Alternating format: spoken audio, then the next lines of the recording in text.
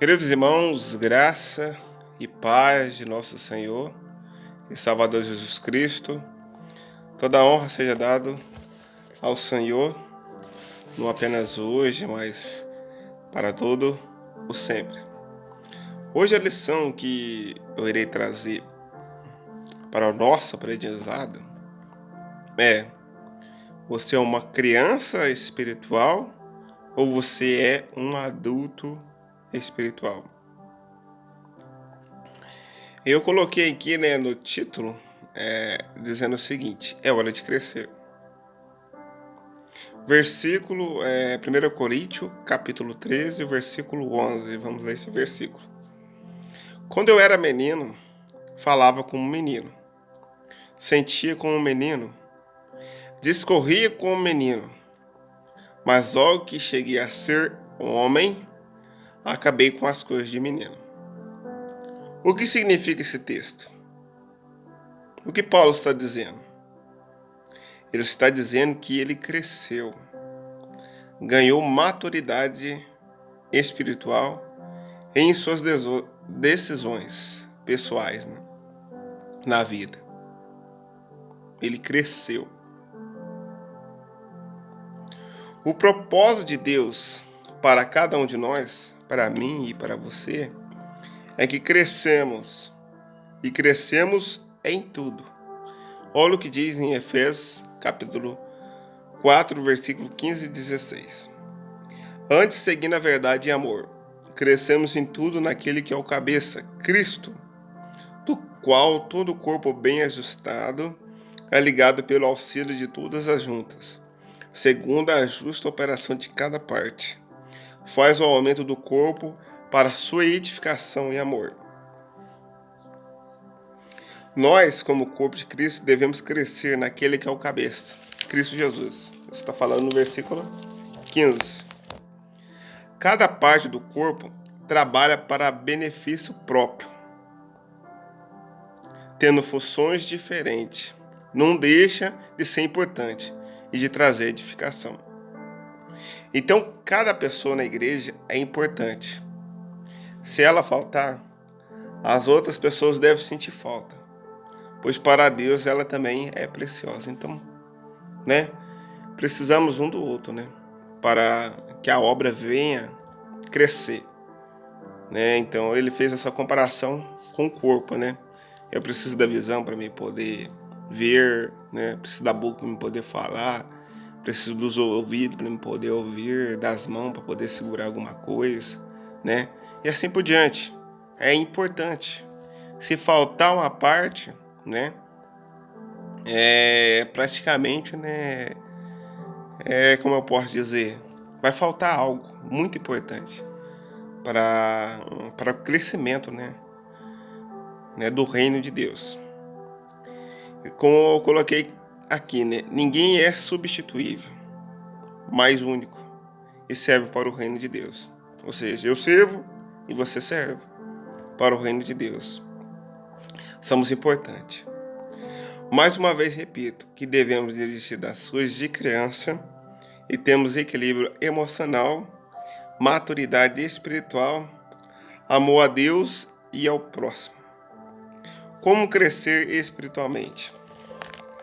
Para crescer materialmente e termos coisas na nossa vida, precisamos trabalhar arduamente.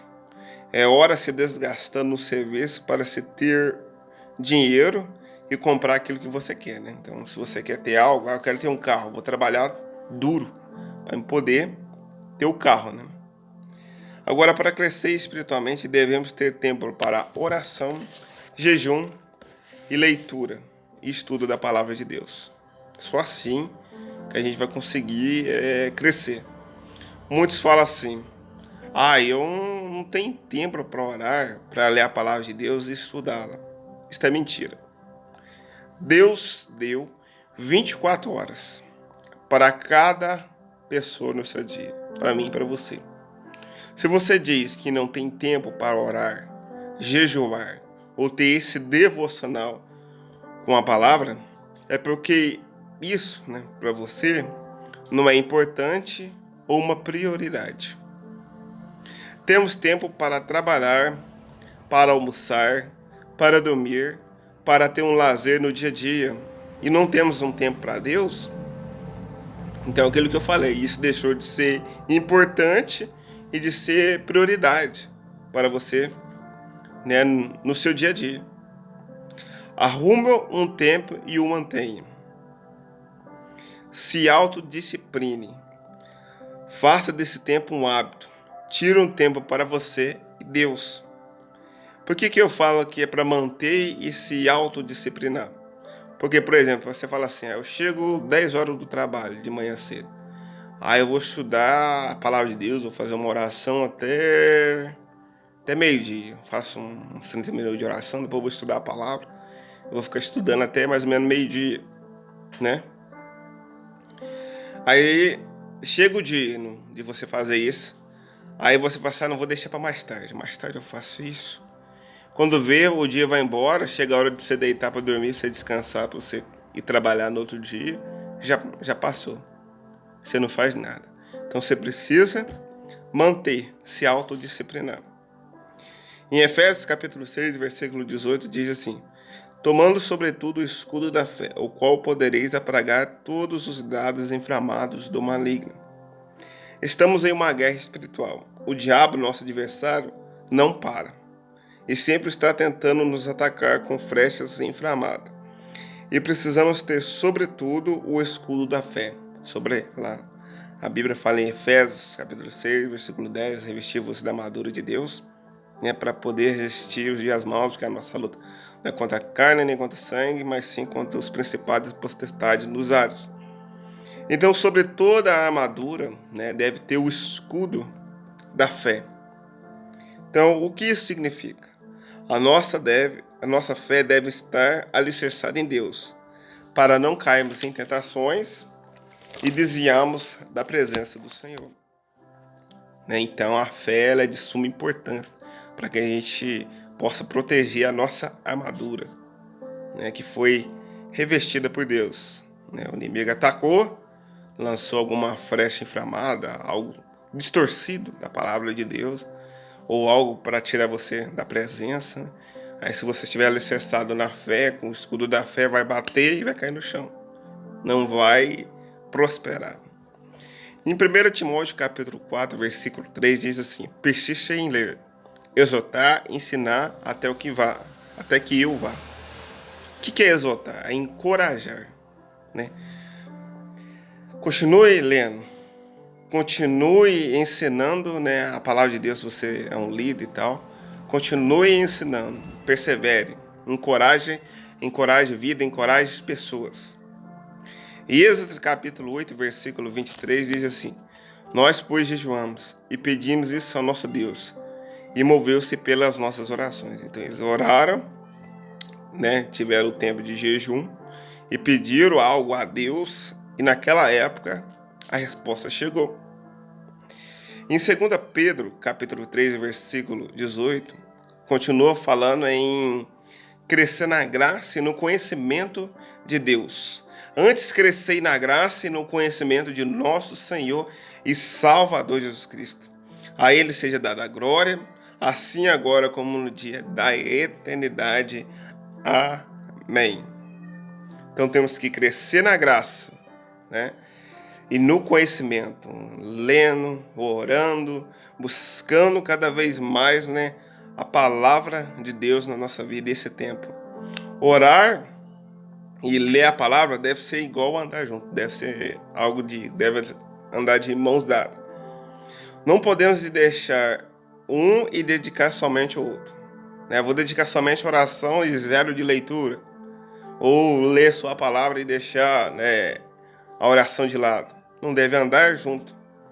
Isso deve ter um equilíbrio, né? E uma perna não pode ser maior que a outra. Então deve haver um equilíbrio no seu tempo de oração, no seu tempo de devocional da leitura.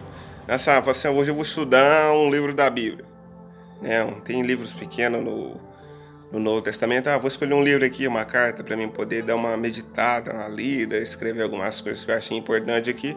Então, Depois eu vou tirar um tempo para me dedicar à oração, né? Então a oração também vai ajudar para que você venha compreender cada vez mais o texto bíblico, né? Ou seja, ele vai trazer aquela unção, aquele poder, aquela graça, vai revelar coisas maravilhosas, né? A preciosidade da palavra de Deus será revelada no teu coração. Então, você deve ter, né, esse momento. E isso vai te ajudar quando você lê a palavra de Deus, quando você ora, você vai ter a alma curada por Deus e isso irá refletir no teu corpo. Você ficará alegre.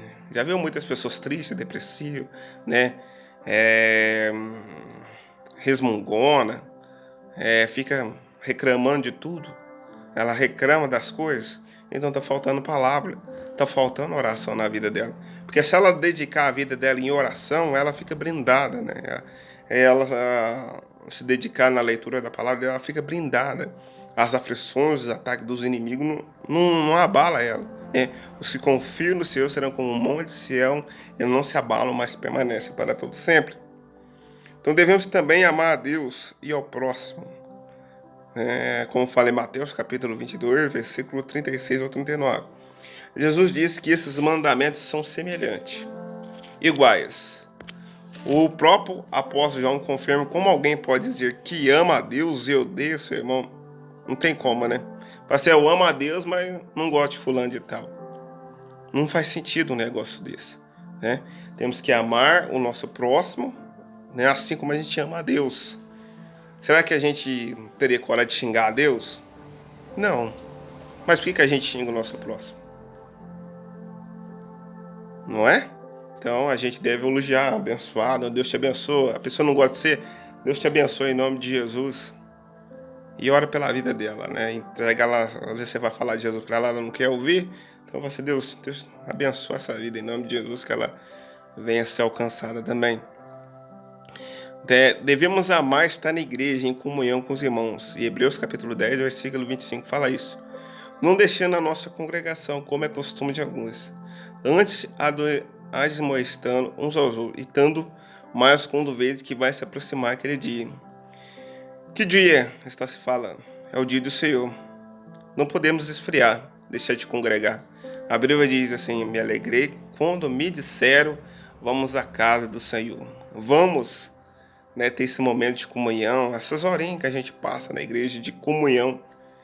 Isso é maravilhoso. Ah, nas igrejas tem problema? Tem. Mas a gente deve ficar focado em Deus, autor e consumador da nossa fé, né? Olhar para o nosso autor e consumador da nossa fé. Ficar ali alicerçado. E problema a gente tem em tanto lugar, no trabalho, nas igrejas, porque lá existem pessoas que Deus precisa trabalhar no caráter delas. Às vezes elas têm algumas atitudes delas que a gente às vezes não gosta. Então a gente tem que orar para Deus abençoar a vida dela, porque a igreja é um hospital. Muitas pessoas estão ali, estão precisando, né, ser curadas, né?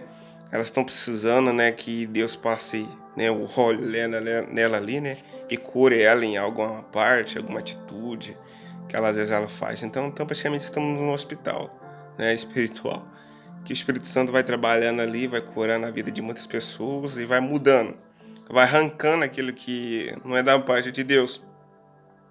Então a gente não pode esfriar, né, deixar de acreditar em Deus, deixar de acreditar na palavra dele. A gente não pode deixar que isso se esfrie na nossa vida, né?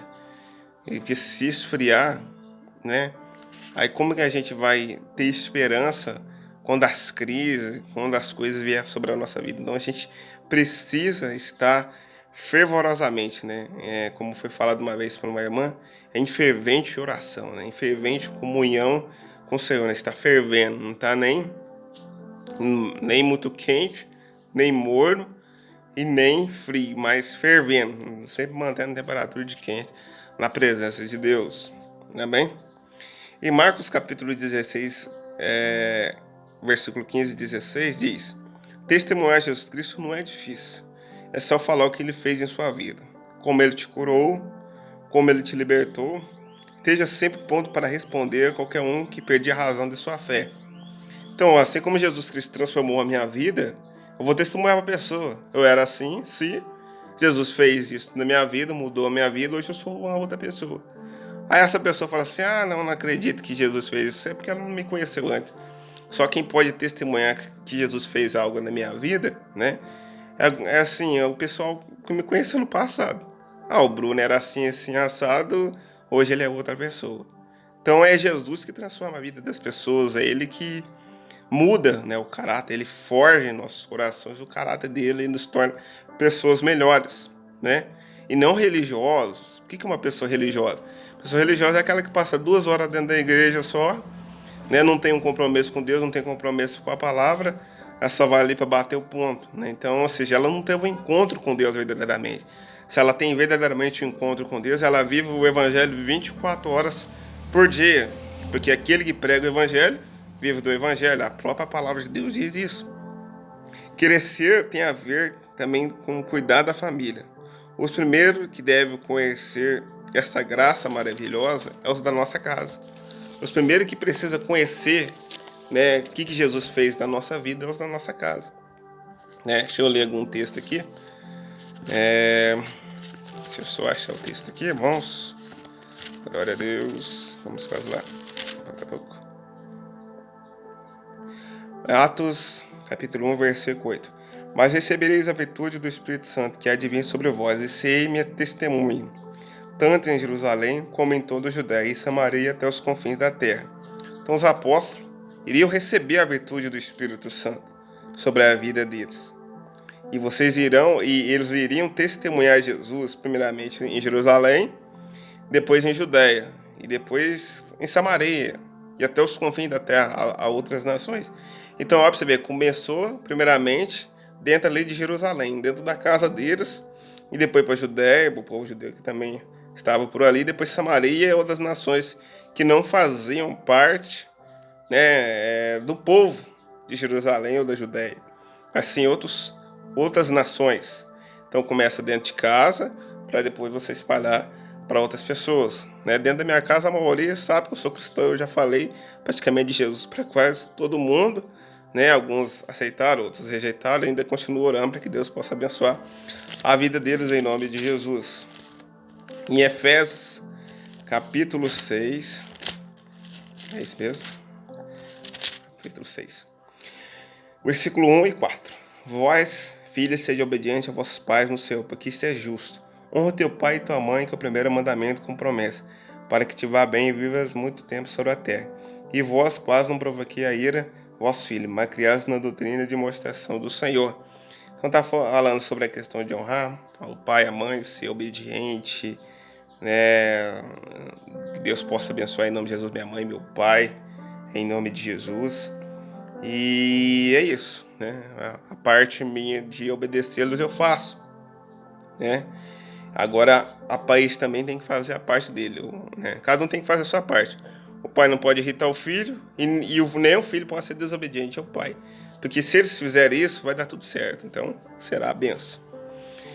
Agora, eu coloquei aqui o que é um adulto espiritual, né? As suas atitudes, né? De uma pessoa que amadureceu na caminhada com Cristo. E eu coloquei a atitude de crianças, né? O que é uma criança, né? Que ainda não cresceu. Atitudes infantis e carnais, de uma pessoa que assenta na igreja, mas precisa amadurecer. Ela faz birra, fica emburrada com qualquer coisa, ela é egoísta, vive brigando e discordando das pessoas, infantilidade, arrumando picuinha, confusão dentro da igreja, fica fofocando, falando mal dos irmãos, maledicência, descompromisso, não tem compromisso com nada, não tem compromisso com a igreja, é uma pessoa desleal, né? Vai falar com ela sempre, acha que está certo, tem mágoas, rancores e ressentimentos. Então o que eu queria destacar aqui é picuinha e fofoca. Então é uma coisa que atrapalha muito a comunhão da pessoa com Deus. E ficar falando mal das pessoas, né? Ir na casa da pessoa só para falar mal da outra. Por que você não vai na casa da pessoa para falar de Jesus para ela, né? Eu vou lá na casa do fulano de tal para falar mal da irmã Maria, do irmão João. Não. Eu vou na casa do fulano de tal para falar de Jesus para ele. É melhor, né? É melhor ganhar ele para Jesus do que arrumar um atrito, uma confusão praticamente, né? Entre eles, né? Fala assim, o João falou mal do você. O que vai criar? Ódio. Agora, se eu for lá, Jesus Cristo salva, liberta e leva o homem para morar no céu, aí, ou seja, eu estou semeando a palavra de Deus. As atitudes de uma pessoa que amadureceu na caminhada, né? Ama verdadeiramente, permanece na verdade, sabe perdoar, que ela reconheceu o perdão de Cristo sobre a vida dela, não fala pelas colas, mas frente a frente, não é aquela que se diz assim, que vai falar mal do irmão, aí fala pelas ventas, ou fala para outra pessoa, mas não fala diretamente para a pessoa. Mas, por exemplo, se tem uma atitude, às vezes, na vida de uma pessoa que ela não gostou, ela chega e fala assim, ó, essa atitude aí que você tá fazendo, eu não tô gostando, não. Melhor você mudar. Então, esse é sinal de maturidade, né? De colocar, né, as coisas, né, frente a frente, não falar pelas costas. Busca querer saber mais de Deus, né? Tem compromisso com a obra. Conhece boa parte dos temas fundamentais da Bíblia. E vai conseguir bater de frente com um falso profeta e um falso mestre. Então, uma pessoa que busca querer conhecer cada vez mais Deus, ela vai identificar na mesma hora, né, um falso ensino, né? Se o mestre está ensinando um ensino verdadeiro ou se é um ensino falso, né? Ele consegue identificar. Uma coisa que eu sempre peço para Deus é o discernir de espírito. Na hora que uma pessoa vem falar alguma coisa comigo, né? Às vezes ela faz parte de uma seita, ela vem trazendo, né, um conteúdo recheado, né, de heresia, e eu tenho que ter maturidade e discernimento espiritual para saber o que ela está tentando falar ali, né? É o discernimento de espírito. Você sabe o que é de Deus e o que não é de Deus, né? Vamos lá? E como crescer? Mais uma vez, alimentar-se da palavra e rejeitar toda a maldade e engano. Portanto, livre-se de toda maldade, de todo engano, hipocrisia, inveja e toda espécie de maledicência. Como crianças recém-nascidas, deseje de coração o leite espiritual puro, para que por meio deles cresça para a salvação. Agora que provaram que o Senhor é bom, cresça, né? Se alimente da palavra. O Senhor é bom. Provai e vede que o Senhor, Ele é bom, Ele é maravilhoso, Ele é glorioso. Louvado seja o nome do Senhor. Está unido ao corpo de Cristo, a partir do qual todo o corpo, sustentado e unido por seus ligamentos e juntas, efetua o crescimento dado por Deus. Estamos vivendo em um tempo em que as pessoas, apesar de terem crescido fisicamente, preferem continuar sendo criança, pois dessa forma pode fazer tudo o que deseja sua alma e não precisa negar a si mesmo e fazer a vontade de Deus. Então as pessoas querem criar o próprio caminho dela para o céu, né? Só tem um caminho que nos leva ao céu: Jesus. Eu sou o caminho, a verdade e a vida, ninguém vê o Pai a não ser por mim. Não desistir das suas crianças é um caminho perigosíssimo e pode comprometer até a nossa salvação e pode comprometer até a nossa salvação. Além de comprometer a nossa salvação, também atrapalha muitas pessoas, né, se chegar a Deus. O que você está esperando? O que você é? Você é uma criança espiritual ou você é um adulto espiritual? É tempo de crescer. Vamos junto, como igreja, andar nesse caminho de maturidade e crescimento. Deus possa abençoar a sua vida. Vou ler só um último texto aqui. Hebreus capítulo 5, versículo 12 ao 14.